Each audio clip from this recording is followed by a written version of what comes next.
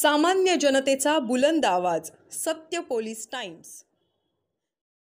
तळे विभाग शिक्षण प्रसारक मंडळाचे कला, वाणिज्य व विज्ञान कनिष्ठ महाविद्यालयातील इयत्ता 12वीच्या विद्यार्थ्यांचा आशीर्वाद प्रदान समारंभ नुकताच संपन्न झाला.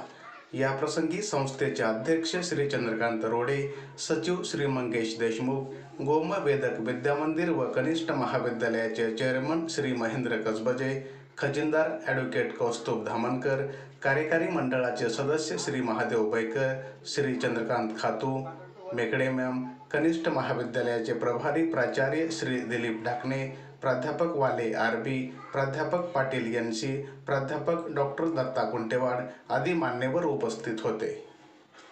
यावेळी वंदना शिगवण, प्रमिला भोईर, सागर कातुर्डे, वृषाली सावंत, सानिया अवसरे, क्षितिजा करण, उमिमा पठाण आदी विद्यार्थ्यांनी आपल्या भावना व्यक्त केल्या. तर प्राध्यापक भुरे टी.एन., प्राध्यापक कुलकर्णी बी.एस., प्राध्यापक पाटील एन.सी., प्राध्यापक सर्जे व्ही.बी., प्राध्यापक कुंटेवाड दत्ता व संस्थेचे अध्यक्ष चंद्रकांत रोडे, सचिव मंगेश देशमुख, कनिष्ठ महाविद्यालयाचे चेअरमन महेंद्र कसबजे आदी मान्यवरांनी आशीर्वादपर मनोगत व्यक्त करून विद्यार्थ्यांना पुढील वाटचालीत शुभेच्छा दिल्या. प्राध्यापक वाले आर.बी. यांनी इयत्ता 12वी बोर्ड परीक्षेच्या सूचना दिल्या. डॉक्टर दत्ता कुंटेवाड यांनी कला व वाणिज्य शाखेच्या विद्यार्थ्यांनी आपल्याच संस्थेच्या दग तटकरे कला व वाणिज्य महाविद्यालयात प्रवेश घ्यावा असे आवाहन केले. तर संधिका बारटके यांनी कम्प्युटरच्या विविध कोर्ससाठी प्रवेश घेण्याचे आवाहन केले. कार्यक्रमाचे निवेदन प्राध्यापक मचे एन.टी. तर आभार प्राचार्य दिलीप ढाकणे यांनी मानले.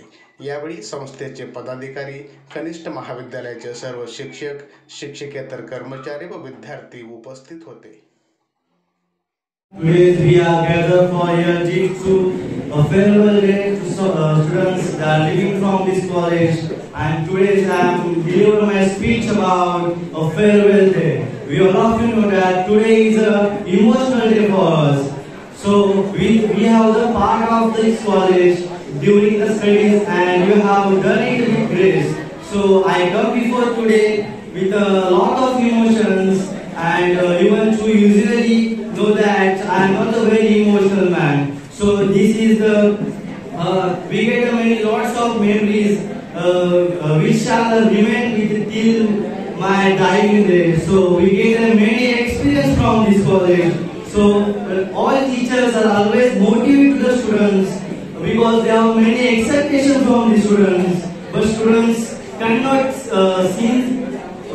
concentrate on and be not be serious in their future because they always think college life is an enjoying life, but they do not think our future is depend upon this education.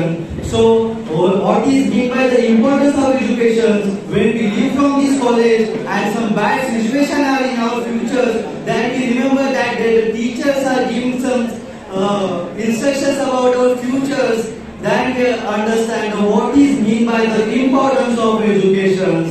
So some teachers, some persons are instructions giving some about positive knowledge, some about their futures. Then we have to keep in our mind. But what we do, we listen from one ear and leave from another ear. But one person has abused to be some using the wrong words to us and some giving a negative knowledge. Then we listen from one ear and keep in our mind. Why should we do like that?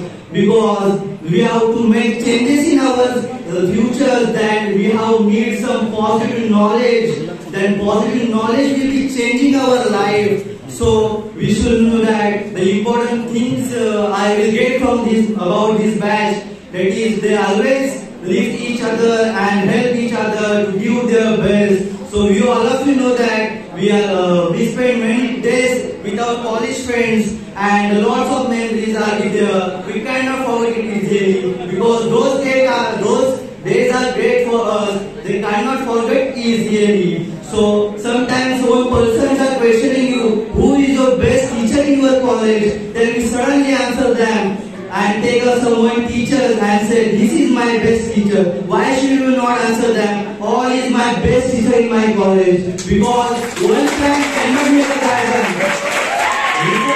Listen, there are one thought, one plant cannot make a garden. There are some another plants needs. Then it is a garden. Like that, one teacher cannot make a future of our students. There are some needs of another teacher also. Then we give answer to them. All teacher is my best teacher in my college. So, and first of all, we have to give respect to them and from another person because they have many expectations and our parents also have many expectations from our. So we have to achieve some in our life. Then we have to become successful person in our life. So they have given one thought that is respect is the most important element in our personality. It is like an investment. Whenever we give to other, it will return you to profit. So wish you all the best to all of you, to your futures, and be focused on your achievements or your goals. And I apologize to you what's wrong for my speech, and please forgive me. And thank you for giving me this great opportunity to express my view here. So thank you so once again. And आज आपण इथे निरोप समारंभासाठी जमलो आहोत. वर्ष सुरू झाले आणि हे वर्ष संपायचा आज शेवटचा दिवस. हे वर्ष कधी संपले समजलेच नाही. वर्ष सुरू झाल्यापासून सर्व शिक्षकांनी प्रत्येक विद्यार्थ्याला उत्तम अशी शिकवण दिली आहे. जसं कुंभार मातीपासून सुंदर मडके घडवतो, तसेच प्रत्येक शिक्षकांनी प्रत्येक विद्यार्थ्याला घडवले आहे, चांगले संस्कार दिले आहेत. अभ्यासाबरोबरच क्रीडा, साहित्य, कला सर्व क्षेत्रामध्ये विद्यार्थ्यांचे चांगले उत्तम असे मार्गदर्शन केले आहे. त्याबद्दल मी सर्व शिक्षकांचे आभार मानते आणि सर्व विद्यार्थ्यांना पुढील नवीन वाटचालीसाठी शुभेच्छा देते. धन्यवाद. Today we are gathered here on this auspicious day to celebrate the very last day of our not only class 12 but whole of our schooling, primary schooling. So today let's go for first of all, if we think about school, what are the words which comes immediately to our mind? They are education, learning, following the basic principles of our life. But not only that, school is not just limited to all these terms. Apart from these terms, school also teach how to be genuine towards others, how to just keep our friendship, how to keep our friendship, promises, and till the very last end of our life. So today we all are gathered here for this auspicious day to celebrate the very last day of our life. We won't ever forget the good moments which we celebrated at this very prestigious school till the very last breath of our mind, of our life. Also, I would just love to finish my speech by a very beautiful phrase, that is, education is the most powerful weapon which can change the whole world. Thank you and have a nice day. शेवटचा दिवस म्हणजे निरोप समारंभ आणि कॉलेजच्या शेवटी आठवतात ते म्हणजे आपण एकत्र कॉलेजमध्ये घालवलेले दिवस, असे दिवस जे आपण कधीच विसरू शकत नाही. आणि सर्वात पहिले आठवतो तो म्हणजे कॉलेजचा पहिला दिवस. ते नवीन चेहरे आणि नवनवीन शिक्षक हे माझ्यासाठी आणि आपल्या सर्वांसाठी खूप नवीनच होते. पण हळूहळू सर्वांसोबत ओळख होत गेली. सर्व शिक्षकांनी आपल्याला खूप चांगला सपोर्ट केला, चांगले मार्गदर्शनही केले. तसेच परीक्षेच्या दृष्टिकोनातून खूप काही सांगितले, समजावले. तसेच आपण ही बोर्ड परीक्षा पहिल्यांदा देत आहोत, कारण आपण 10वीत असताना आपली बोर्ड परीक्षा रद्द करण्यात आली होती. तसेच परीक्षेची तयारी करत असताच अचानक कोविड आल्यामुळे आपली परीक्षा झाली नाही. तर आपण ही बोर्डाची परीक्षा पहिल्यांदा देत आहोत. तर तेव्हा तर आपल्याला फुकट पास तिकीटाने हे नावच पडले होते. तर असो, पण या शाळेने आणि कॉलेजनी आपल्याला खूप काही दिले आहे. मी या शाळेत आणि कॉलेजमध्ये घालवलेली 10-12 वर्ष माझ्या कायम लक्षात राहतील. तसेच आपण मित्रमैत्रिणींसोबत केलेली ही मजा, मस्ती, शिक्षकांचा ओरडा, तसेच शिक्षकांची शाबासकी, हे सारं काही आपल्याला आठवणार आहे. आणि या आठवणी कधी तर असं वाटेल की आपण हे क्षण पुन्हा जगावे, अनुभवावे, पण तसे होणार नाही. कारण ते म्हणतात ना, एकदा गेलेली वेळ परत कधीच येत नाही. तसेच आपण हे क्षण पुन्हा आठवू तर शकतो, पण पण हे क्षण आपण पुन्हा अनुभवू शकत नाही, कारण की मन आहे ना, गेले ते दिवस, राहिले ते फक्त आठवणी. थँक्यू. आणि मित्रांनो, आज आपला कॉलेजचा हिरोबाचा दिवस.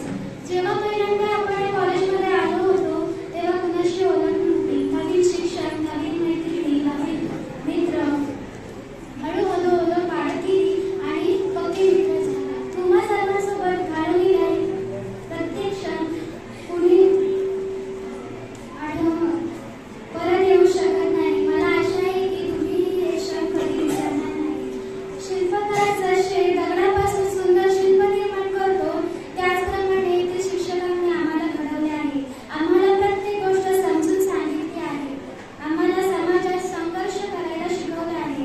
मला शिक्षकांनी शिक्षा दिली असेल, परंतु ती माझ्याकरिता नव्हती, तर माझी चूक सुधारण्याची एक संधी होती.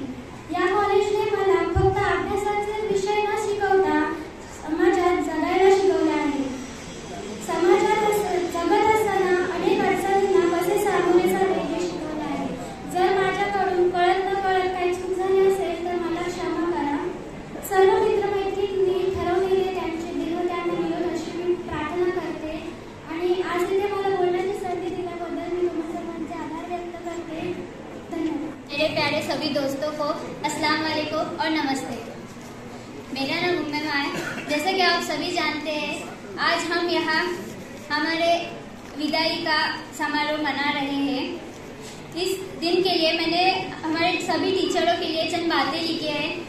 उम्मीद है आप सब शांतता रख के सुनेंगे. जल जाते हैं वो दिए की तरह, कई जीवन रोशन कर जाते हैं. कुछ इसी तरह हर टीचर अपना फर्ज निभाते हैं. अज्ञान को मिटाकर ज्ञान का दीप जलाया है. टीचरों से हम सब ने यह अनमोल शिक्षा पाया है, जिसे देते हैं हर व्यक्ति सम्मान, जो करता है इंसान को इंसान. ऐसे टीचर को हम करते हैं दिल से सलाम. गुनमानी के अंधेर में थी, पहचान बना दिया. दुनिया के गमों से अनजान बना दिया.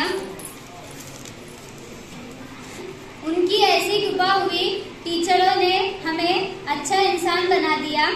पढ़ाने लिखाने के लिए, पढ़ना लिखना सिखाने के लिए आप सभी टीचरों का धन्यवाद. और मैंने मेरे सभी दोस्तों के लिए भी 2 शायरियाँ लिखी है. छूले आसमान जमीन की तलाश न कर, जी ले जिंदगी खुशी की तलाश न कर. तकदीर बदल जाएगी खुद ही मेरे दोस्त, तकदीर बदल जाएगी खुद ही मेरे दोस्त. मुस्कुराना सीख ले, वजह की तलाश न कर. हर मोड़ पर मुकाम नहीं होता, दिल पे रिश्तों का कोई नाम नहीं होता. चिराग की रोशनी से ढूंढा है आपको, आप जैसे दोस्त मिलना आसान नहीं होता. ये सब कहते. आज आपल्याला सर्वांना ठाऊकच आहे की आज आपण निरोप समारंभासाठी जमलो आहोत. आज मला निरोप देण्याची संधी दिल्याबद्दल मी प्रथमतः व्यवस्थापन आणि माझ्या मित्रमैत्रिणींचे आभारी आहे. आज मला वाईट वाटते की आपण हे महाविद्यालय सोडणार आहोत, कारण या महाविद्यालयामध्ये आम्ही खूप सारा वेळ घालवला आहे. आम्हाला हे दुसऱ्या घरासारखंच आहे. आणि इथल्या सर्व शिक्षकांनी मी आभार मानेन की त्यांनी आम्हाला शिक्षणाच्या संपूर्ण टप्प्यात पाठिंबा दिला आहे. जरी आम्ही हे कॉलेज सोडलं तरी इथल्या आठवणी नेहमीच आमच्या हृदयात साठवलेल्या राहतील. Today is the farewell day, but it is not given the title as farewell day. It is what we call in Marathi Ashirwad Pradhan Samarambh. It is a blessings day. So you are all here to receive blessings from your teachers as well as all the dignitaries present here on the dais. Why it is called as blessings day? Just because this premises of our institution does not contain only this much education up to 12th, but it extends an opportunity to you to receive or to get education of higher level 2. Means here it is a facility made available by our institution to get education up to MA or MCom or post graduation level. So you are not just saying farewell here, but you are just receiving the blessings from us, and you are entering into the same premises, only into the another classroom. That much what this day differs. And you must not feel that it is a farewell day. My colleague Mr. Gurusar here said that it is Blessings Day only for arts and commerce students and not for science students. It is not the fact. It is the blessing day for them too, because although we don't provide science education or science higher education, but still this village or this taluka, that is Tala Taluka, provides higher education in science as well as engineering too, and that's why you have just to change the building but not to leave the location. That is what we can look at it, and that's why we can say that it is farewell day for science students too. And that's why we must, when previously we used to celebrate this day or we used to organize this day as farewell day, it was a very emotional situation in the hall, and everybody used to weep, or the tears will be seen in the eyes of the students or teachers. It was a very heart touching day, but nowadays it is being celebrated by students as well as teachers, just because we are not saying them farewell, they are not leaving these premises, they are just going into the next step. And first of all, to go into the next step or to just uplift us, we will have to get good marks, or our success must be fine colors. That much what you will have to keep in mind. You are going to face 12th exam, that is HSC exam, what we call Higher Secondary Education Certificate exam, and that exam is getting more and more importance in new education policy too. That's why it may be possible that SSC exam may be skipped, and HSC exam will only be the exam that will be organized by the board. That is what the new education policy says, and according to that, this exam will be more important in future, and your batch might be the last batch to take this exam, and you may be the last batch and historic batch that you will have the HSC exam and SSC exam. Means for SSC exam or for SSC students, it is the historical batch. They will be the last batch to take board exam, and from next year maybe there will be no board exam for SSC students. Directly you will have to face HSC exam. So my dear students, I would like to express my views here just about the study that would be inspiring for you while you are going to study while you are going to prepare for your examination. Just keep 2 to 3 principles in mind while you are studying or while you are sitting for study. That first of all, punctuality is the most important factor in life. You should carry this principle throughout your life. If you are punctual, then everything will be good in your life. If you are knowing the importance of time, that would be most beneficial for you at every stage of life. That will lead you to success. And the next thing is that when you value time, at that time that gives you a lot of things in exchange. That is what the benefit we can get out of that. Second thing in study is consistency. Consistency is not to be observed only in study, but while making your future or while living our life. Consistency about anything can lead the ladder of success, and it can uplift you towards the success higher and higher. So keep in mind that you should be consistent in your study too, and while taking exam, be sincere, be genuine, as one of our students delivered you the message that we should be genuine wherever we are. We should be sincere with ourselves. आपण स्वतःशी प्रामाणिक राहिलं पाहिजे. That must be kept in mind while entering into an examination hall. At that time, keep in mind that you are sincere with yourself. तुम्ही स्वतःशी प्रामाणिक आहात. If you are not sincere with yourself, you cannot be sincere for the society. You cannot be sincere for others, and that insincerity may insecure your life. That must be kept in mind. While concluding my speech, I would just express a few poetic lines from a very famous poem. And the woods are lovely, dark and deep, and I have the promises to keep. These lines are very inspiring, very motivating. What are the woods? What are the forests that are beautiful, that are lovely, dark and deep? The future, or whatever career you are going to choose, that looks better, that looks attractive, but it is very deep. Keep in mind that while entering into that wood, you will have some promises to keep too. Whatever promises you have given to others, that are to be kept.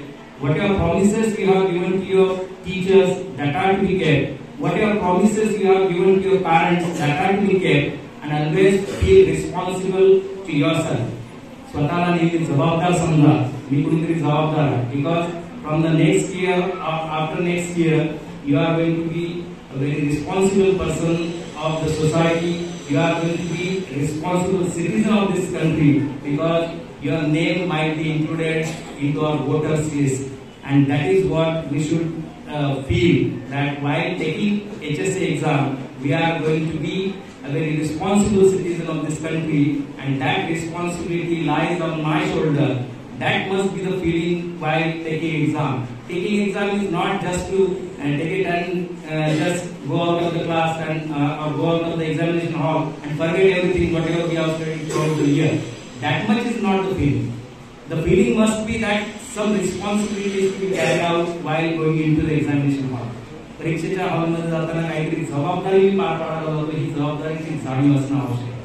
That feeling is very important. And while you feel responsible, then you behave responsibly. That is what the outcome of it. And this much I would like to say to you. I won't say that I am going to give you farewell, but I would just bless and I would wish to all of you very good wishes for your examination, and I expect that all of you will be in flying colors. Thank you so much. आज आपण इथे आशीर्वादासाठी जमलो आहोत. निरोपाचा क्षण आहे. सगळ्यांनीच सांगितलं की भाऊक असा क्षण असतो, परंतु सगळ्या जणांनी छान छान प्रश्न केले, मुलांनी छान केलं.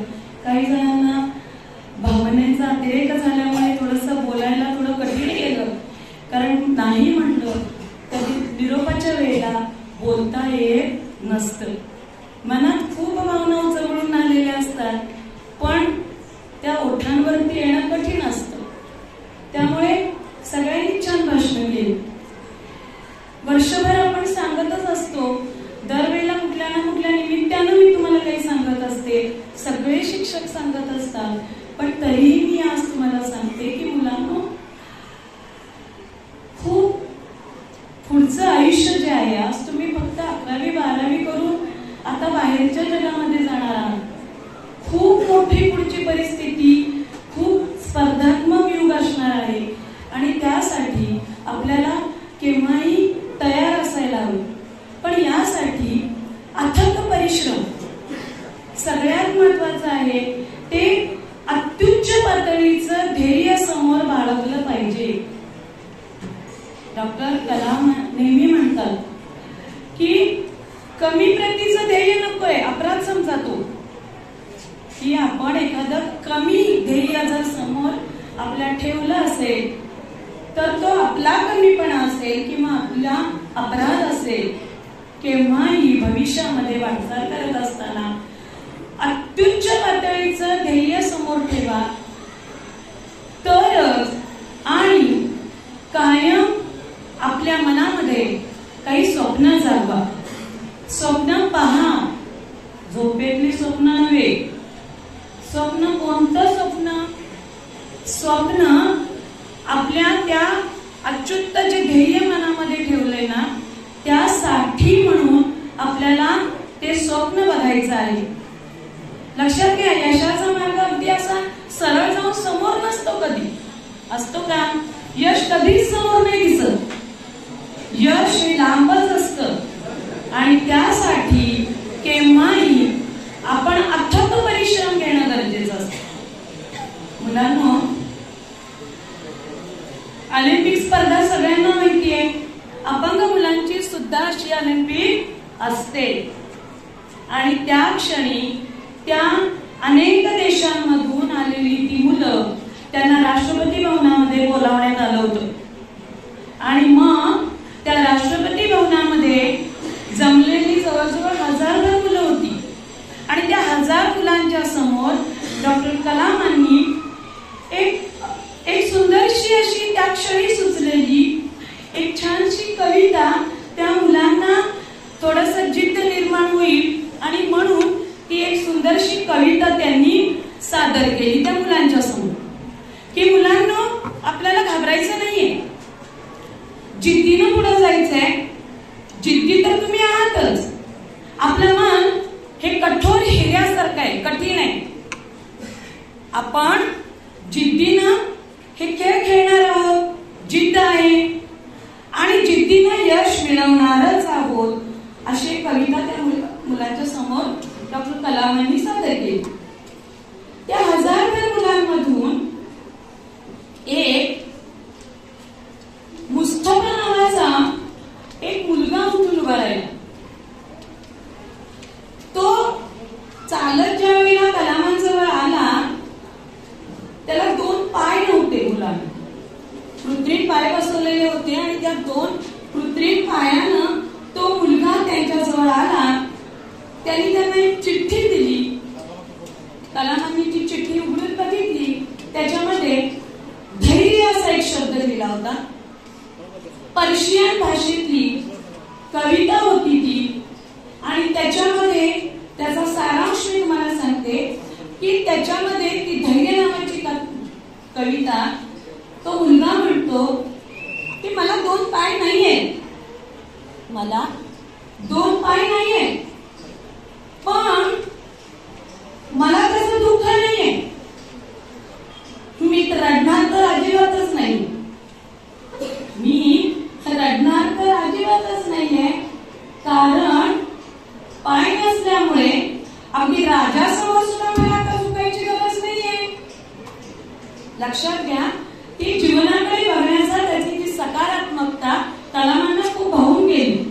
अर्थातच त्याच्या मनातला तो आशावाद, त्याच्या मनातली ती सकारात्मकता, त्याला दुःख नाही आपल्याला पाय नसण्याचे. आलं लक्षात? केव्हाही त्या धैर्याला सामोरं जायचंय. त्या क्षणाला बिकट परिस्थितीत सुद्धा अनेक आव्हानं आपल्या समोर असणार आहे, त्यांना तोंड द्यायचंय आणि मुलांनो अथक प्रयत्नानं यशाला खेचून आणायचं आहे. बुल्गेरिया देशामध्ये एकच उदाहरण सांगते आणि मी थांबतेय. मलाही बोलता येत नाहीये, खोकल्याचा त्रास होतोच आहे. बुल्गेरिया देशामध्ये त्यांच्या राष्ट्रीय भवनामध्ये अनेक चित्रांचं प्रदर्शन भरलेलं होतं आणि त्या प्रदर्शनामध्ये अनेक जणांची चित्र होती, अनेक चित्रांचं गुणगान सुरू होतं, पण त्यातल्या एका चित्रकाराचं गुणगान लोकांच्या मध्ये चर्चा सुरू होती. तर ज्या चित्रकाराबद्दलची चर्चा सुरू होती ना, तो चित्रकार जो होता त्याला ऐन उमेदीच्या काळामध्ये त्याच्यावरती एक अतिशय वाईट प्रसंग आला होता आणि तो म्हणजे त्याला पॅरालिसिसचा अटॅक आलेला होता आणि उजवा हात त्याचा निकामी झाला होता. ज्या उजव्या हाताने त्यांनी चित्रांमध्ये रंग भरले होते आणि यशाचं शिखर गाठलं होतं, तोच उजवा हात आज काय झाला होता, आज हलत नव्हता. सगळ्या त्या देशातल्या सगळ्यांना वाटलं की अरे त्याचा आता चित्रकला संपली, हा चित्रकार संपला. पण फिनिक्स पक्षाप्रमाणे हा चित्रकार पुन्हा त्यांनी उडी घेतली राखेतून आणि त्या चित्रकारानं मुलांनो डाव्या हाताचा वापर केला आणि चित्र काढायचा सराव केला. उजव्या हातावरती अवलंबून नाही राहिला तो. त्याच्या जीवनामधले जे काही अडथळे आले ते पार केले. उजव्या हाताच्या ऐवजी डाव्या हाताने चित्र काढायची प्रॅक्टिस करायला एक क्षण असा आला की उजव्या हाताने काढलेलं चित्र आणि डाव्या हाताने काढलेलं चित्र यामध्ये कुणालाही कळणार नाही इतकं साम्य होतं. म्हणजे जो अडथळा प्रतिभावंताला कुठलाही अडथळा कुठलाही ध्येय थांबवू शकत नाही हेच तर त्यांनी आपल्याला सांगितलं असेल. मी म्हणते की म्हणूनच मुलांनो नेहमी उच्च पातळीचं ध्येय डोळ्यासमोर ठेवा, त्यासाठी कष्ट करण्याची तयारी ठेवा. यश तुमचंच असेल. पुढच्या भावी आयुष्यासाठी वाटचालीसाठी तुमच्या शुभेच्छा देते आणि शेवटचे 4 ओळी म्हणते सांगते.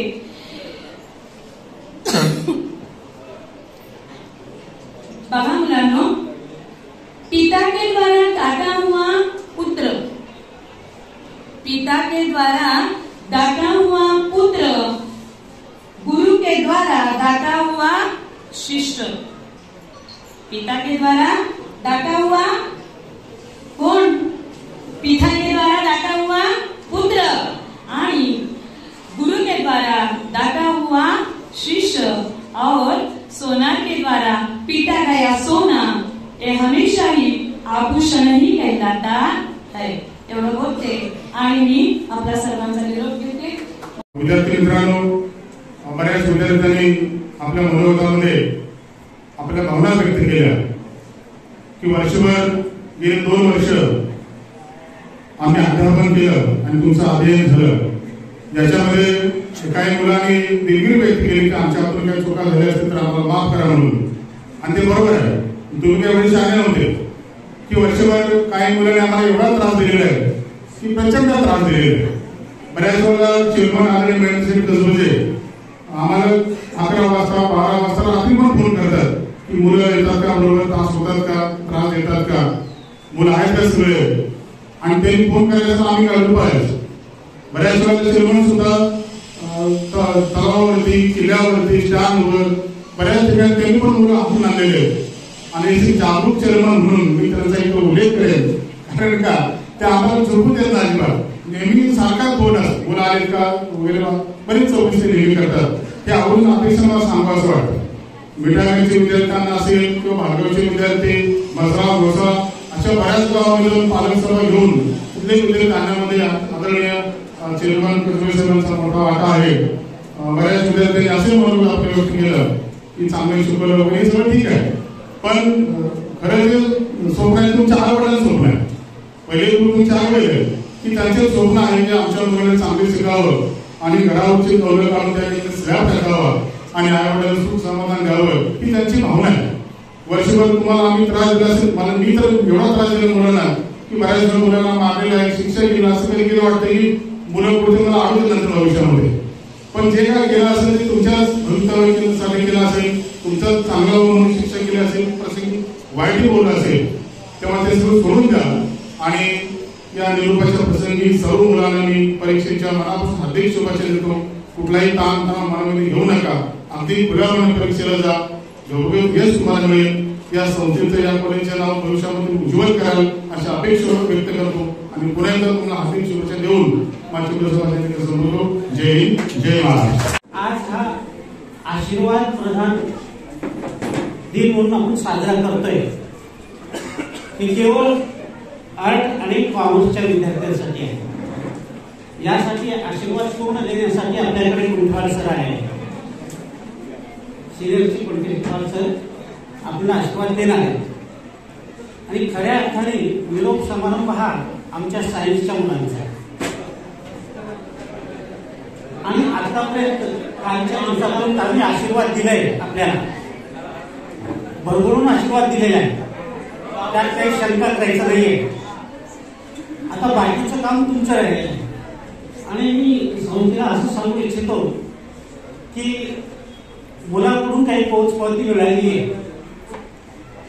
आताच मी डिक्लेअर करतो आमचा 100% रिझल्ट आहे सर.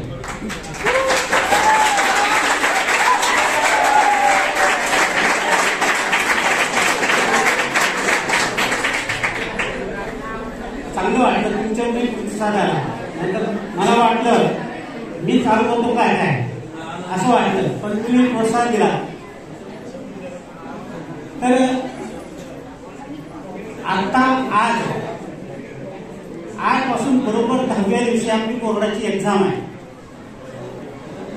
10 दिवस आहेत, आणखी भरपूर दिवस आहेत.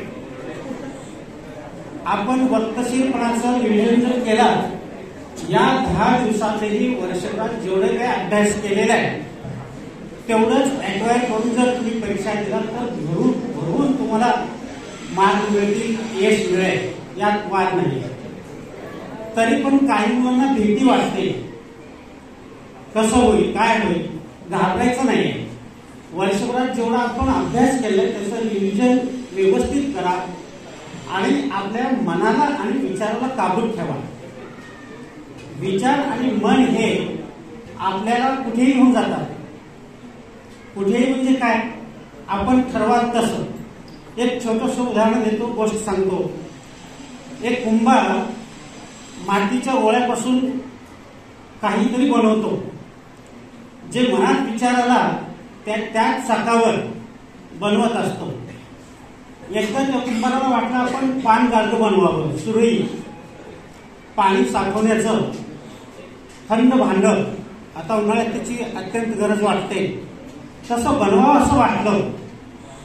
आणि ते बनवता बनवता क्षणिक मन विचार बदलले आणि त्यापासून चिलम बनवलं. चिलम म्हणजे काय माहिती आहे का? माहिती आहे. ज्यामध्ये की तंबाखू, अफू, गांजा अशी वस्तू ठेवून वर विषयाचा केंडा ठेवून त्याचे झुरके घेतले जातात आणि त्यापासून काय परिणाम होतो, आयुष्याची बर्बादी होते. म्हणजे कुंभाराच्या मनात काय विचार आले? पहिले विचार काय होते?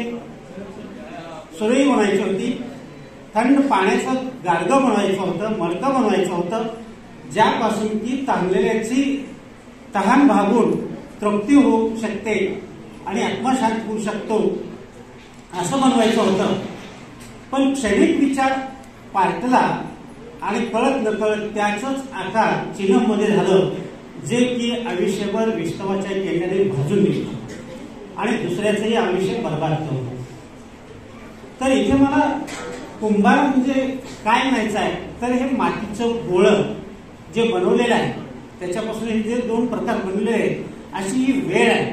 तुमच्या मनातही असा विचार आला पाहिजे की या वेळेचा आपण कसा उपयोग करावा. नाहीतर आता क्रिकेटचे सामने रंगलेले, एवढा वेळ मिळतो आणि बघतो परीक्षेमध्ये देखील 1-2 दिवसाचा गॅप आहे, त्या गॅपमध्ये क्रिकेट खेळायला मुलं जातात. तसं न करता जर आपण त्याचा जर त्या वक्तशीरपणामध्ये जर टाइमटेबलमध्ये त्या विषयाचं हे जर बसवला तर तुम्हाला तो विषय कॉन्सन्ट्रेट झाल्यामुळं तो पूर्णपणे अवगत होईल आणि तुम्ही चांगले मार्क घेऊन पास व्हाल, हे असे इच्छा व्यक्त करतो. म्हणून आपण आताचं जे मन आहे, जे विचार आहे, काय करावं, पानगर्द बनवावं की चिन्ह बनावं, हे तुम्ही ठरवा. आणि या वेळेचा उपयोग सदुपयोग करा, इकडे तिकडे करू नका. ही वेळ इतकी चांगली आहे, तुमचं जे जे ते वाचलं ते लक्षात ठेवणारी वेळ आहे. म्हणून ते टाइमटेबल म्हणून आपण तुम्ही त्याचं व्यवस्थित जर नियोजन केला तर होऊ शकतं. हा कार्यक्रम बघून मला 1998 सालातली आठवण झाली. आम्ही पण ह्या शाळेचे विद्यार्थी होत. फरक एवढाच आहे की त्यावेळी फक्त 10वी पर्यंत शाळा होती आणि 1998 सालची माझी बॅच. 1998 साली आमचा पण निरोप समारंभ अशाच त्यावेळेच्या पदाधिकाऱ्यांनी किंवा शिक्षकांमार्फत आयोजित करण्यात आला होता. त्यामुळे हा आजचा कार्यक्रम बघून मला एकदम 24 वर्षांपूर्वीची आठवण झाली. आता 24 वर्षाच्या काळात परिस्थिती आहे ती खूप बदललेली आहे. आमच्या वेळी इथे फक्त 10वी पर्यंत होतं. आता आपल्याला बघितलं तर junior college, senior college, post graduation पर्यंत आपल्याला या ठिकाणी हे जे आपले पदाधिकारी बसलेले त्यांच्या माध्यमातून आपल्याला शिक्षणाची सुविधा त्या ठिकाणी चांगल्या प्रकारे उपलब्ध झालेली आहे आणि आपण त्या ठिकाणी चांगल्या प्रकारे त्याचा फायदा घेऊन आपण आज 12वीची परीक्षा त्या ठिकाणी देतात. सर्वप्रथम मी आपल्या सर्वांना या परीक्षेसाठी, 12वीच्या परीक्षेसाठी आणि आपल्या पुढील आयुष्यासाठी शुभेच्छा देतो. 10वीपेक्षा 12वीच्या परीक्षेला महत्व एवढ्यासाठीच आहे की 10वी नंतर आपल्याला 3च पर्याय असतात. आता सरांनी सांगितलं की 10वीची परीक्षा बंद होती. आतापर्यंत आता 10वी नंतर आर्ट्स, कॉमर्स, सायन्स 3च तुम्हाला त्या ठिकाणी शाखा होत्या की ज्या ठिकाणी आपण करिअरच्या दृष्टीने तिथे प्रवेश घेत होतो. 12वीच्या परीक्षेनंतर काय होणार आहे? तुमच्या पुढे तुमचं आयुष्य घडवण्यासाठी त्या ठिकाणी अगणित असे पर्याय आत्ताच्या ह्या परिस्थितीत, ह्या ग्लोबलायझेशनच्या युगात अतिशय चांगल्या संधी, मोठ्या प्रमाणात संधी आपल्याला उपस्थित आहेत. आमच्या वेळी परिस्थिती वेगळी होती. आमच्या वेळी उच्च शिक्षण म्हटल्यावर काय होतं? इंजिनिअरिंग, मेडिकल किंवा वकील, याच्या पलीकडे दुसरा त्यावेळी आम्हाला काही सोर्स नव्हता किंवा माहिती नव्हती. पण आता आपल्याकडे बघितलं तर कॉम्प्युटर सगळीकडे आलेला आहे. चांगल्या प्रकारे वेगवेगळ्या शिक्षणाच्या, व्यवसायाच्या संधी आपल्याला त्या ठिकाणी उपलब्ध झालेल्या आहेत. आणि त्यामुळे माझी आपल्या सर्वांना या ठिकाणी एवढीच विनंती आहे की आपण ज्या काही 12वीची परीक्षा द्याल, आपण निश्चितच त्या ठिकाणी चांगल्या मार्गाने पास व्हाल, उत्तीर्ण व्हाल. पण जे काही कार्य त्या ठिकाणी पुढचं क्षेत्र निवडणार आहात ते अतिशय विचार करून निवडा. कारण हा अतिशय महत्वाचा टप्पा आहे. ह्या टप्प्यावर घेतलेला जो काही निर्णय आहे तुमचा, त्याच्यावर तुमचं पुढचं आयुष्य जे आहे, तुमचं भवितव्य आहे, तुमच्या कुटुंबाचं भवितव्य आहे, हे त्या ठिकाणी निश्चित होणार आहे. या ठिकाणी जर तुमचा जो काही निर्णय असेल तो चुकला तर त्याचा पूर्ण आयुष्यभर तुम्हाला ते सहन करावं लागणार आहे. त्यामुळे जो काय तुम्हाला इंटरेस्ट असेल त्या गोष्टीमध्ये, मित्र कोणतरी जातोय कुठेतरी, मैत्रीण जाते सायन्सला किंवा ते काही इंजिनिअरिंग जाते म्हणून तुम्ही जाऊ नका. तुम्हाला ज्या क्षेत्रात खरोखरच इंटरेस्ट असेल, कुठलंही असेल, अगदी एखाद्याला चांगला चित्रकार व्हायचं असेल, चांगला सिंगर व्हायचं असेल, चांगला अजून दुसरं तुम्हाला काय अभिनय काय करायचं असेल तर तुम्ही निश्चितपणे करू शकता. त्यामुळे कोणतरी सांगतं किंवा कोणीतरी दुसरा मित्रमैत्रीण जातो म्हणून तुम्ही त्याच्या नादाला लागून तुम्ही तुमचं आयुष्य ठरवू नका, तुमचं करिअर ठरवू नका. दुसरं म्हणजे मला एक सगळ्यात सांगायचं आहे की अजून पण आपण बघतो की MPSC किंवा UPSC जे काय आहे, आपल्या महाराष्ट्रातली मुलं आहे ना अतिशय खूप कमी आहेत. UPSC मध्ये तर अगदी नगण्य मुलं आहेत. उत्तर प्रदेश, बिहार किंवा मध्य प्रदेश जी उत्तरेकडची जी राज्य आहेत त्याच्यामधनं जे काय IAS आहेत, IPS आहेत किंवा IRS, रेल्वे सर्व्हिस असेल, सिव्हिल सर्व्हिस असेल, त्या बहुसंख्येचे काय आता जे अधिकारी आपल्याकडे येत आहेत ना हे सगळे त्या बाजून येतात का? आपल्या इथल्या मुलांमध्ये काय टॅलेंट नाहीये का? निश्चितपणे तुम्ही MPSC झाला तर तुम्हाला चांगल्या प्रकारे तहसीलदार म्हणा, PI म्हणा किंवा कुठल्या तरी चांगल्या प्रकारे तुम्हाला पोस्ट त्या ठिकाणी गव्हर्नमेंटच्या ह्याच्यात मिळू शकते. UPSC साठी ट्राय केला तर तुम्ही वरिष्ठ मोठ्या प्रकारचे अधिकारी म्हणून या ठिकाणी मिळू शकता. तर माझी आपल्याला सर्वांनी विनंती की जर आपल्याला खरंच इंटरेस्ट असेल, टॅलेंट असेल आपल्याकडे, तर निश्चितपणे आपण अशा ज्या काही स्पर्धा परीक्षा आहेत MPSC, UPSCच्या यांना पण प्राधान्य द्या की ज्या वेळेला आपण त्या ठिकाणी अधिकारी म्हणून या ठिकाणी काम करू शकता. दुसरी एक महत्वाची गोष्ट, मी जास्ती वेळ घेत नाही, मला माहिती आहे आपण बऱ्याच वेळा ठिकाणी बसलेला. जाता फक्त एकच गोष्ट सांगतो आपल्याला, विद्यार्थी म्हणून आपल्याला सांगतो की काय करायचं आणि काय करायचं नाही. 3 इडियट्स पिक्चर आपण सगळ्यांनी बघितला असेल. बघितलं ना 3 इडियट्स सगळ्यांनी? 3 इडियट्स मधलं काय लक्षात ठेवलंय तुम्ही? आमिर खान आणि करीना कपूर का अजून काय लक्षात ठेवलंय? तर त्यात एक अतिशय महत्वाचं वाक्य आहे, आमिर खानचं रोजचं वाक्य आहे. आमिर खानची जी व्यक्तिरेखा साकारली ती आज देखील त्या ठिकाणी लडाखमध्ये प्रत्यक्ष त्या ठिकाणी ते शिक्षक म्हणून कार्य करतात. त्यांची व्यक्तिरेखा आमिर खाननी साकारलेली आहे. त्यांनी एक अतिशय महत्वाचं वाक्य त्या ठिकाणी पिक्चर मध्ये सांगितलेलं, मला वाटत नाही तुमच्या कोणाच्या लक्षात असेल म्हणून मी तुम्हाला सांगतो. त्यांनी एक वाक्य सांगितलंय की कामयाब बनू, काबिल बनू, कामयाबी के पीछे मत भागो, कामयाबी के पीछे मत भागो, काबिल बनो, कामयाबी झक मागे तुम्हारे पीछे आएगी. Success, do not follow success. Try to become capable. If you become capable, success will follow you. त्यामुळे माझी आपल्याला सर्वांना एवढीच विनंती आहे की आपण त्या ठिकाणी, आपण अशा ठिकाणी आपण असे प्रयत्न करा. कारण कुठल्याही क्षेत्रात गेला, मी तुम्हाला म्हटलं भरपूर क्षेत्र, कुठल्याही क्षेत्रात गेला तरी त्या ठिकाणी प्रचंड मेहनत करणं तुम्हाला भागच आहे. असं कुठलंही क्षेत्र नाहीये की तुम्ही गेलात आणि तुम्हाला लगेच यश मिळालं, पैसा, प्रसिद्धी मिळाली, असं निश्चितपणे कुठलंही क्षेत्र नाहीये. त्यामुळे तुम्ही ज्या क्षेत्रात जाल त्या क्षेत्रात जाऊन तुम्ही स्वतःला एवढं त्या ठिकाणी कॅपेबल बनवा की त्या क्षेत्रातलं यश आहे ते तुमच्या मागे धावून येईल. एवढंच माझं आपल्याला सर्वांना त्या ठिकाणी सांगणं आहे. पुन्हा एकदा आपल्याला 12वीच्या परीक्षेसाठी, भावी आयुष्यासाठी, भावी शिक्षणासाठी शुभेच्छा देतो. आणि आजचा हा दिवस तुम्ही काय वाट बघता की आता आम्ही नटून आमचं कॉलेज सुटलं, असा काही दिवस नाहीये. जसे लोकशाहीचे 4 स्तंभ आहेत त्याप्रमाणे आपल्या 4 पायऱ्या आहेत. मगाशी आपल्या विद्यार्थ्यांनी सांगितलं की पहिली पायरी आम्ही फुकटच घेतली, 10वीत आम्हाला असंच ढकललं गेलं, बरोबर आहे. ही दुसरी पायरी आहे, 12वीत पास व्हायचं आहे, पुन्हा आपल्यावरती आणखी जबाबदारी वाढलेली आहे. जबाबदारी वाढत असताना आपण सिनियर कॉलेजला जायचं, तिथे ग्रॅज्युएट व्हायचं आहे. तिसरी पायरी ओलांडायची, तिसरी पायरी ओलांडल्यानंतर चौथी पायरी आपल्याला पोस्ट ग्रॅज्युएटची आहे आणि ती मिळवल्यानंतरच आपल्याला ही घरी येणार आहे. एवढं लक्षात ठेवा, आपल्यावरती पूर्णपणे जबाबदारी आहे. आता सुद्धा 10 दिवस राहिलेले आहेत. एक गोष्ट सांगतो, एक लव्य हा आदिवासी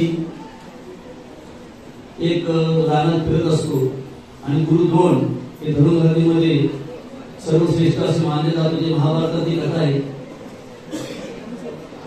अर्जुन हा त्यांचा प्रत्यशिष्य असतो आणि तो क्षत्रिय असतो. एक लव्य त्यांच्याकडे जातो, तर त्यांनी क्षत्रियाला शिकवायचं असतं, पण तो त्यांच्याकडे जातो एक लव्य, तर त्याला ते सांगतात तो आदिवासीचा मुलगा आहे, तुला काही शिक्षण देणार नाही. पण एवढ्या तो अपमानित न होता की मला एक नव्याकडूनच शिकायचं आहे आणि त्याच्याकडून मला धनुर्धरी विद्या घेऊन मी सर्वश्रेष्ठ धनुर्धरी होईल म्हणून तो मातीचा एक नव्याचा पुतळा बनवतो, त्यांच्यासमोर उभा राहतो आणि ध्येय ठेवतो धनुर्धरीचं की झाडावर बसलेल्या पक्षाचा मी डोळा फोडेल.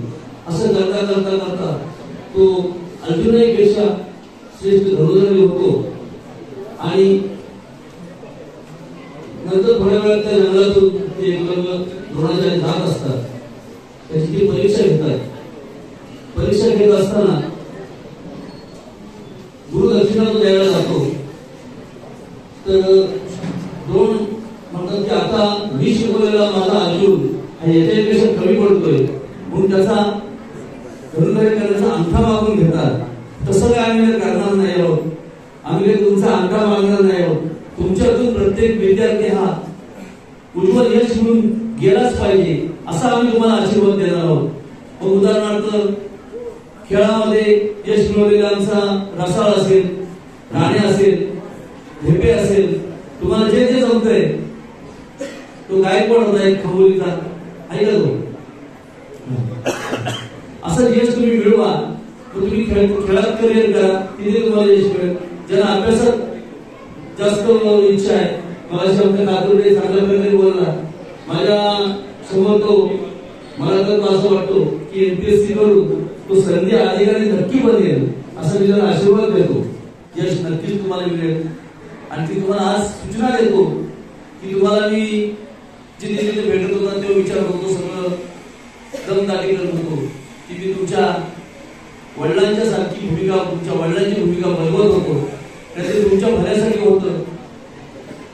माझा त्यात तुम्हाला ओळखण्यात वाईट हेतू नव्हता की तुम्ही कुठेतरी रोज कॉलेजमध्ये बसा, बाजारात उन्हाळ्यात काळा करण्यापेक्षा कॉलेजमध्ये बसून अभ्यासात मन रमवा, खेळात रम मनवा, अशी माझी ती प्रामाणिक इच्छा होती. त्याचबरोबर तुम्हाला मिळालेले यश ते तुमच्या आई वडिलांचं नाव नक्कीच रोशन करेल, आमच्या शाळेचं नाव रोशन करेल, शिक्षणाचं नाव मोठं करेल, त्याचबरोबर तुमच्या गावाचं नाव मोठं होईल आणि त्यात तुमचं अतिशय चांगल्या प्रकारे करिअर घडेल.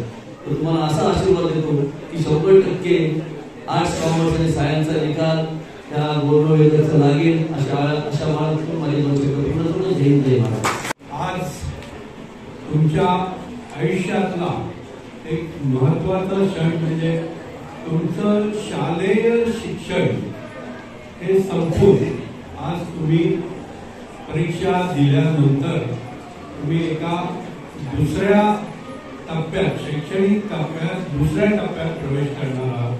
त्या प्रवेश करणाऱ्या परीक्षेनंतर तुम्ही ज्यावेळी त्या टप्प्यात प्रवेश कराल त्याच्यासाठी तुम्हाला शुभेच्छा. त्याचबरोबर येणाऱ्या परीक्षेसाठी तुम्ही चांगल्या आता सांगितल्याप्रमाणे तुम्ही मगाशी सर बोलले त्याप्रमाणे 100% आम्ही रिझल्ट देऊ. यामध्ये काय होतं की फक्त अब्सेन्स राहता, ते अब्सेन्स न राहता तुम्ही ते पेपर द्या. जे कोण काही विद्यार्थी असतात अब्सेन्स राहून त्याच्यामुळे पर्सेंटेज कमी येतं, तर कुठल्याही परिस्थितीत तुम्ही परीक्षा अपियर व्हा असं हे आहे. आणि या परीक्षेमध्ये तुम्हाला सुयश लाभो या शुभेच्छा देऊ. त्याचबरोबर तुम्ही या संस्थेमधनं या संस्थेमधनं वेगवेगळे उपक्रम, त्यांनी संस्थेने राबवलेले उपक्रम आणि सर्व तुमच्या कलाचं गुणदर्शन, त्यांच्या कलातली प्रगती, अभ्यासातली प्रगती वेळोवेळी दाखवलेली आहे. त्याबद्दल तुमचं अभिनंदन. आणि आताच तसं बघायला गेलं तर आज आपली मराठी शाळा, मराठी हे असून सुद्धा 2 मुलांनी इंग्लिशमध्ये आपलं स्पीच जे दिलेलं आहे आणि जे कॉन्फिडन्स लेवलनी दिलेलं आहे हे खरोखर वाखाणण्यासारखं आहे.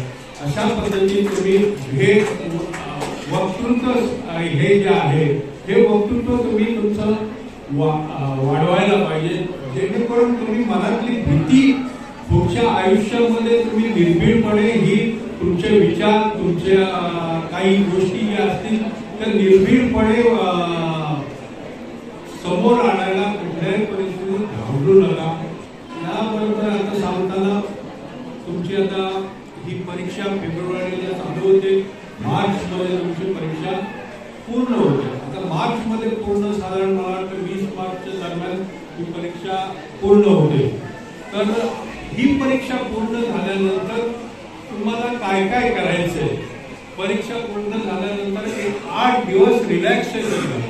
8 दिवस तुम्ही कुठे काय मौज मजा असेल ती करा आणि 8 दिवसांनी तुम्ही तुमच्या करिअरचा विचार करा, जेणेकरून तुम्हाला आपल्या आयुष्यामध्ये, आपण परीक्षा आता 12वीची दिलेली आहे, आता आपल्याला काय उद्दिष्ट गाठायचंय, आपल्या पालकांना, आपल्या गुरुजनांना विचारून मला हे व्हायचंय, त्या दृष्टीने काय करायला पाहिजे.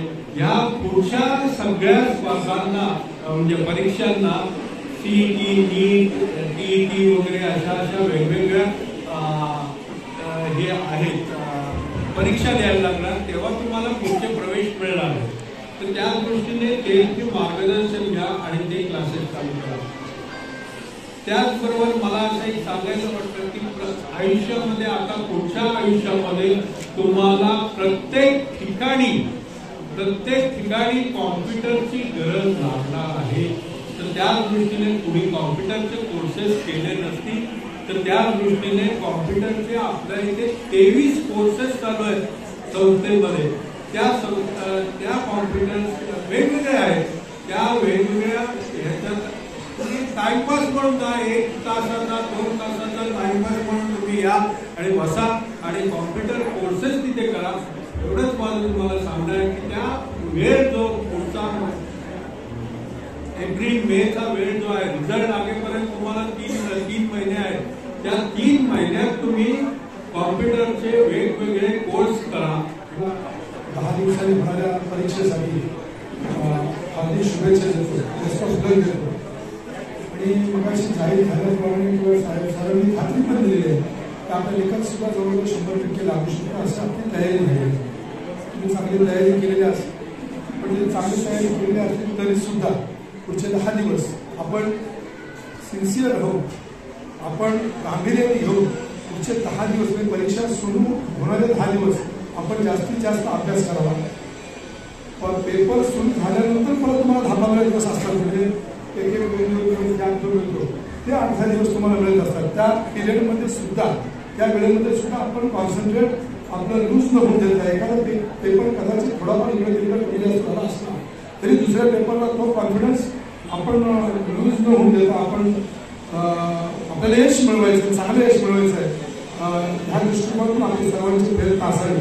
एक लक्षात ठेवा, आज एखाद्या गोष्टीचं आपल्याला गांभीर्य नसतं, पण कधीतरी अशी वेळ येते की एखाद्या ठिकाणी आपल्याला एक ऍडमिशन मिळवण्यासाठी आपल्याला जर 60% मार्क असतील आणि आपल्यापेक्षा 60.1% मार्क मिळवलेला मुलगा असेल तर मग त्या ऍडमिशनच्या प्रक्रियेमध्ये त्या मुलाला त्या ठिकाणी ऍडमिशन मिळतं आणि 0.1 मुळे आपल्याला ऍडमिशन मिळत नाही आणि मग आपल्या जीवनाला कलाटणी मिळते आणि आपल्याला अपेक्षित असलेली गोष्ट मिळत नाही. मग आपल्याला दुसऱ्या मार्ग घ्यावा लागतो आणि मग त्या 1% मार्गाचे किंवा 1 पॉईंट मार्गाचे आपल्याला त्यावेळेला महत्व समजतं की जे कदाचित तुम्हाला आता माहीत नसेल. अनेक त्याच्यानंतर मग अडचणी निर्माण होत असतात. त्यामुळे माझी आपल्या सर्वांना विनंती आहे, पुढचे 10 दिवस आणि त्याच्यानंतरच्या परीक्षेचा कालावधी आहे हा आपण पूर्ण गांभीर्याने घेऊन चांगलं यश संपादन करावं, चांगले मार्क मिळावे अशा मी तुम्हाला शुभेच्छा देतो. हा समारंभ निरोपाचा नसून पुन्हा एकदा ह्या स्थळामध्ये वेगवेगळ्या ठिकाणी मग BSCचं कॉलेज असेल तिथे, कॉमर्सचं कॉलेज असेल तिथे, आर्ट्सचं कॉमर्स असेल तिथे, किंवा आणखी कुणाला कुठं जायचं असेल तिथे आपल्याला जाण्यासाठीच्या चांगलं यश मिळवण्यासाठीच्या मी हार्दिक शुभेच्छा देतो आणि मी थांबतो. जय हिंद, जय महाराष्ट्र. मुंबई ही आर्थिक राजधानी आहे. तिथे तुम्हाला कसलाही जॉब 5 ते 10 हजार रुपये मिळतो. आताही तुम्ही जरी गेलं तुम्हाला एक हेल्पर म्हणून, ऑफिस बॉय म्हणून किंवा कुठल्या बँकेमध्ये, कुठल्या NGO मध्ये तुम्हाला काम मिळतं. पण ते काम जे असतं ते काम तुम्हाला जन्मभर शिकवून देऊ शकत नाही. त्यामुळे तुम्ही अविरतपणे शिकलं पाहिजे यासाठी तुम्हाला सांगायला आहे. कारण आर्ट्स असेल, सगळ्यात कमी खर्चिक जर कुठलं काम असेल तर काय आर्ट्स. आर्ट्स मध्ये तुम्हाला काय करता येतं, पैसा आहे, पद आहे आणि प्रतिष्ठा आहे. या तिन्ही गोष्टी तुम्हाला अगदी सन्मानाने दिल्या जातात. सहाय्य म्हणून तुमच्या मागे राहतात. कुठे, फक्त आर्ट्स मध्ये. जर तुम्ही बँकिंग क्षेत्रामध्ये गेले कॉमर्स करून तर तिथे तुम्हाला एक वेळ अशी येते की तुम्हाला असं वाटेल की आपण रिटायरमेंट करून घरी बसलेलं बरं. बँकेमध्ये काम करणारा तुम्ही मॅनेजर बघा, बँकेमध्ये काम करणारा कॅशियर बघा किंवा कुठल्याही CA बघा, पैसा भरपूर आहे, त्याच्याकडे वेळ नाहीये. पण सायन्स मध्ये तुम्ही जर गेलं तर तुमच्याकडे तुम्ही बिझी असता खूप. तुम्ही मुरुडला गेला असाल तर रथाला बांधलेला घोडा तुम्हाला माहिती कसा असतो, कसा असतो, त्याची दोन्ही वेळेची बंदी केलेली असतात. त्याला फक्त पुढचं दिसतं, बाजूचं काही दिसत नाही. त्या मुलाला जर तुम्ही विचारलं की बाबा रे की रायगडचं जिल्ह्याचं ठिकाण कुठलं आहे, तो सांगेल रायगड आहे. पण तुम्हाला जर विचारलं तुम्ही काय सांगाल, जिल्ह्याचं रायगडचं ठिकाण कुठलं आहे, अलिबाग आहे. कारण शक्यतो असं होत नाही की लातूर म्हटलं की लातूर मधून सगळं जिल्ह्याचं कामकाज चालतं, जिल्हाधिकारी तिथं असतं. पण जर एखादा हुशार मुलगा असेल तर जिल्ह्याचं ठिकाण हे अलिबागहून चालतं, ते वेगळं सांगण्याची गरज असत नाही. म्हणून विद्यार्थी मित्र 12वी पर्यंत शिक्षण आणि त्यानंतरचं शिक्षण याच्यामध्ये का फरक आहे माहितीये का? तुम्हाला संस्था विकासाची गोष्ट माहिती आहे, एखाद्या गोष्टीकडे पाहण्याचा दृष्टिकोन बनतात. मला सांगा खरं तुमच्या डोक्याला पडतं का? ससा हारतो हे तुम्हाला पडेल का? आता तुम्हाला एक ससा आणि कासव दिला आणि रेस लावा म्हटलं का, कोण जिंकेल? म्हणजे हे तुम्ही विचार केले ना, त्या दिवशी सशाला झोप येत नाही. ससा रात्रभर बेचैन असतो, सकाळी उठतो आणि कासवाला म्हणतोय बाबा रे चल मला तुझ्यासोबत परत एकदा शर्यत खेळायची आहे. कासव म्हणतो जा एकदा, हारलाय तू, बस सगळ्या जगाला माहितीये तू हारलाय, मी जिंकलोय. ससा म्हणतो नाही, माझ्या इज्जतीचा प्रश्न आहे, मला तुझ्यासोबत शर्यत खेळायची म्हणजे खेळायची आहे. ससा म्हणतो ठीक आहे. दोघे येतात, शर्यतीचं अंतर करतात, दोघे पळतात. कोण जिंकेल, कोण जिंकेल? जोरात एक वाक्य उत्तर पाहिजे, कोण जिंकेल?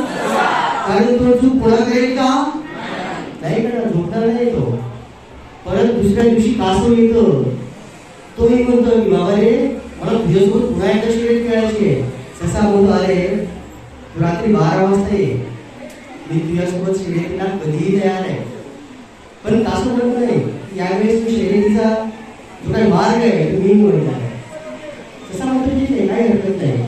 दुसऱ्या दिवशी दोघेही येतात, तो शर्यतीचं मार्ग करतो. कासव हुशार असतो, तो काय करतो, ज्या मार्गाने नदी आणली जाते तो मार्ग निवडतो. दोघे पळतात, ससा थांबतो, कासव पाणी थोडी मारतो आणि पुढे जिंकलं. जिंकतं कोण? परत ससा त्याच्याकडे येतो, बाहेर येऊन आता आपण भांडायचं नाही. ज्या ठिकाणी जमीन आडवं येईल त्या ठिकाणी तुम्हाला पाणीवर घेईल आणि ज्या ठिकाणी पाणी आडवं येईल त्या ठिकाणी मी तुला पाणीवर घेईल आणि आता दोघांचे भांडण या ठिकाणी मिटू. याला म्हणतात रिसर्च. काय म्हणतात?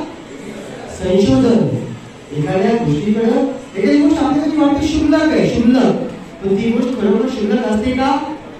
ती क्षुल्लक नसते, ती फार मोठी गोष्ट असते. मला सांगा की कोकणातून बरीच लोक मुंबईला जातात, याच्या पाठीमागची तुम्ही कारण किती शोधली नाहीत का? बरीच गावात तुम्ही बघितलं तर गाव रोसाड दिसत आहे. प्रत्येक घराला कुलूप असतं आणि मीटरवर लिहिलेलं असतं की या मीटरचं वर्षाचं बिल भरलेलं आहे. सामान्य जनतेचा बुलंद आवाज. सत्य पोलीस टाइम्स.